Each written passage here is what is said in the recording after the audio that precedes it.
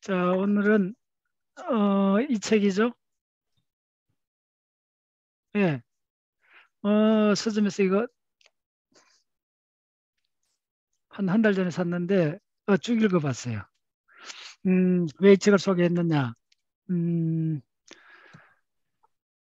현역 의사님 썼고 이렇게 전반적인 내용이 이렇게 전체를 이렇게 그렇게 어렵지는 않아요. 쭉 했고 좀 더 본격적인 소화에 관한 책이 좀 더 깊이가 있고 종합적인 책이 있었으면 하는 바람인데 그래서 쭉 찾아봐도 소화에 관한 책이 뭐 거의 없어요.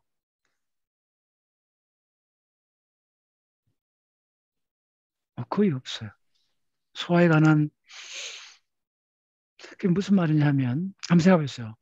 5천만 명이 사는 대한민국에 많은 사람 위장병, 뭐 위암부터 온갖 소화에 관한 생각을 할 건데 대형 서점에 가도 소화에 관한 책이 참 드문 거예요. 거의 없어요. 어. 그래, 그래 뭐 이런 지식들이 꼭 필요한 그 분야의 지식들이 많이 빠져 있어요. 아직 대한민국은 그걸 많이 느껴요. 예를 들면 물고기 호흡에 대해서 과학적으로 좀 공부를 하고 싶다. 단행본 책 거의 없어요. 근데 수족관하고 뭐 약초 재배 이런 책들은 무지하게 많아요. 예? 그러니까 이게 지식이라는 게 우리가 꼭 알아야 될 어떤 지식들이 이게 유통이 되고 그거 중심으로 이야기가 전개가 돼야 되는데 그렇지 않고 음, 하여튼 뭐 그런 생각을 많이 해요, 저는. 제대로 된 지식. 그래서 박자세가 오랫동안 제가 이 과학 운동을 하면서 추구하는 것은 실제적인 지식. 예, 뭐 도입부에 제가 잠깐 말씀드리면 그럼 뭐가 실제적인 지식이냐? 그 지식을 알므로 해서 여타 많은 것들을 유추할 수 있는 그런 지식을 말하는 거예요. 어, 실제적인 지식이 유포가 안 되면 어떤 사건이 벌어지는가, 어떤 상황이 벌어지는가를 내가 몇 가지 예를 들어 줄게요. 오늘 후반부에 나올 건데. 자, 여러분 다 들어봤었잖아요. HDL, LDL, 콜레스테롤, 오메가 3 다 들어본 이야기예요. 그 알고 있는 건 딱 이런 말밖에 없어요. 뭐 몸에 좋다더라, 몸에 나쁘다더라. 그다음에 그 이름, 그것도 이제 방송이나 뭐 이렇게 이야기된 그 이름 내놓고 우리가 뭔 실체를 아나요? 오메가3 너 강의만 했잖아요. 뭔 실체를 알아요? HDL 다 아시잖아요. 좋은 콜레스테롤 어쩌고 하면서 HDL 수치가 높으면 좋고 LDL은 낮으면 좋다. 그밖에 모르잖아요, 우리가. 이게 실체적인 지식이 아니라는 거예요. 그거 갖고는 뭘 할 수가 없어요. 그냥 어쨌든 뭐 그러니까 맞아요. 이 동북아 삼국은 왜 사이언스가 아시아에서 동양에서 출현하지 않았느냐 물으면 현실주의가 팽배해서 그런 거예요. 현실적이에요, 사람들이. 자, 그거는 제가 주장하는 게 아니고 조금 옆에 도입부 조금 너끌쭉하게 나오면 안 되니까 우리나라 사람들은 불교를 믿거나 기독교를 믿거나 하지만은 냉장에 가슴에 손을 꼽으면 중국이나 일본이나 아시아권에 있는 특히 우리나라하고 중국은 현세주의입니다. 현세주의가 뭔데? 어, 바로 그런 거예요. HDL, LDL 그 구체적으로 알 필요 없다는 거예요. 뭐 필요하냐? 내 몸에 좋은 거냐? 안 좋은 거냐? 그거 말하면 된다는 거예요. 그게 현세주의예요. 맞죠? 그러니까 지식들이 좀 달라요. 서양의 과학사를 공부해보면 그렇지가 않아요. 우리 동양권에서는 뭐 이렇게 뭐 진리나 도나 이런 말은 범람하는데 음, 잠깐만 진짜 다르다 봐요. 현세주의요. 현실주의. 그러니까 그 대표자가 공자입니다. 나는 죽음에 대해서 이야기하지 않는다. 괴이한 것에 대해서 이야기하지 않는다. 그냥 살아있는 이 자체에 대해서만 이야기한다. 굉장히 그럴듯하고 설득력 있는 이야기죠. 그 다르게 표현하면 그게 현실주의입니다. 근데 플라톤 서양 철학을 조금 보면 플라토니즘 해갖고 지상이 없는 이데아를 설정하는 겁니다. 그래서 기하학이 나오고 결국 그 사람들이 우주까지 알게 된 거예요. 동양은 그렇지 않아요. 동양은 모든 게 현실이 최고예요. 그래서 그래서 막 우리 일어나는 거 보면, 예, 현실감이 굉장히 빨라요. 그래서 이제 산업도 보면 응용편이 굉장히 빨라요. 금방 따라잡아요. 그래서, 그래서 그게 굉장히 좋은 장점으로 잘 살게 됐긴 한데, 허전한 거예요. 예. 우리 몸에, 그러니까 이제 좀 이해하겠죠. 현실주의라는 게. 그게 현실주의가 팽배하다 보니까 이데아라든지 궁극의 어떤 것들이 이렇게 쌓여서 된 설명하는 이런 시스템이 빈약하다는 거예요. 오케이. 자, 이야기를 했습니다. 자, 오늘 그런 의미에서 그래서 이 이야기하는 거예요.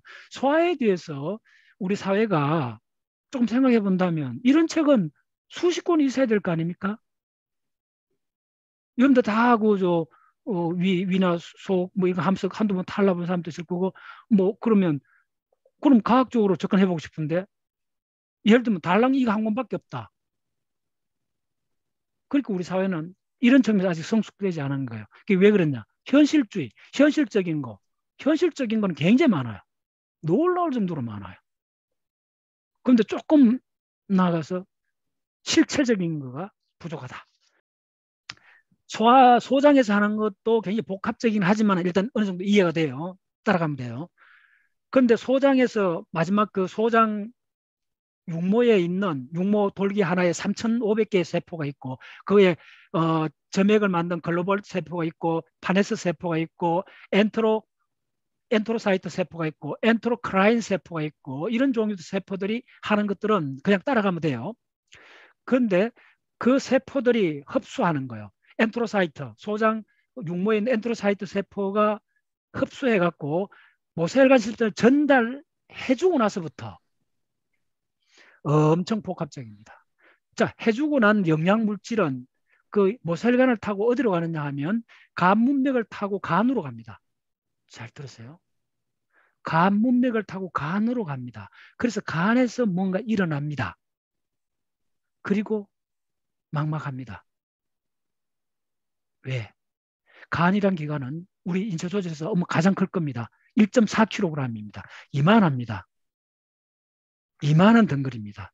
그 간이 하는 역할이 500까지는 넘는다 그래요. 그리고 뒤집어 이야기하면 아무것도 몰라요. 우리는 간에 대해서. 간단히 이야기하면. 그래서 내가 초입에 실체적인 접근을 이야기한 거예요. 간에서 많은 이야기하는 거. 우리가 아는 거 뭐죠? 해독작용을 한다. 구내놓고 뭐 이야기하라면 뭐 있어요? 가장 애매한 이야기예요. 해독작용이 도대체 뭔데? 뭐 어쩌자는 거야? 모르는 거예요. 아. 그래서 소장에서 일어나는 일에 그 10배 이상 복합적이고 어려운 부분이 간입니다. 그리고 그거에 대해서는 우리는 거의 모른다 봅니다. 일반인들은. 예, 특별히 뭐 관심 있는 사람들, 의사들 내놓고는 몰라요. 그리고 그 간은 간경하다, 간암이다 뭐 이런 이야기 듣고 하는데 간을 이해 못하고는 결국 우리가 탄수화물, 지방, 단백질이 체중 어떻게 되고 우리가 살아간다는 말이 무언가를 그냥 통째로 모르게 되고 그래요. 간을 모르고는 자 아까 소장 육모에나 그다음 모세혈관에 가고 이런 거는 대부분 선정적입니다. 따라가면 돼요. 근데 간에서 일어나는 거는 굉장히 복합적인데 그중에 가장 복합적인 게 뭐냐면 글루코스하고 리피드하고 간에서 일어나는 상호 교환 관계 그걸 저장하든지 그걸 방출하든지 그 과정에서 일어나는 일 중에 지질에 관해서 일어나는 일의 핵심이 뭐냐면 간을 완벽히 알아야 여러분들 HDL, LDL을 알 수가 있어요. HDL, LDL에서 그거는 좋은 콜레스테롤, 나쁜 콜레스테롤밖에 모르는 이유가 뭐냐면 간의 실체를 모르기 때문에 우리는 접근을 못한 거예요. 위에는 호흡, 밑에는 소화. 소화 이야기의 공부 관점에서 시간을 안배하면 소화를 10시간 공부할 시간을 주어진다면 어떤 식으로 안배하느냐 저한테 안배를 하라면 소장에서 일어나는 거 2시간 정도 공부하고 10시간 주어진다면 8시간을 간에도 공부하셔야 돼요. 예. 그게 정확한 합니다. 왜냐하면 간에서 하는 기능은 500가지 정도 된대요. 근데 우리는 그걸 뭉뚱그려 뭉뚱그려서 뭐 간은 해독작용을 한다더라. 그밖에 모르니까. 예. 그래서 또 우리는 실체적인 접근에서 또 밀린 거예요.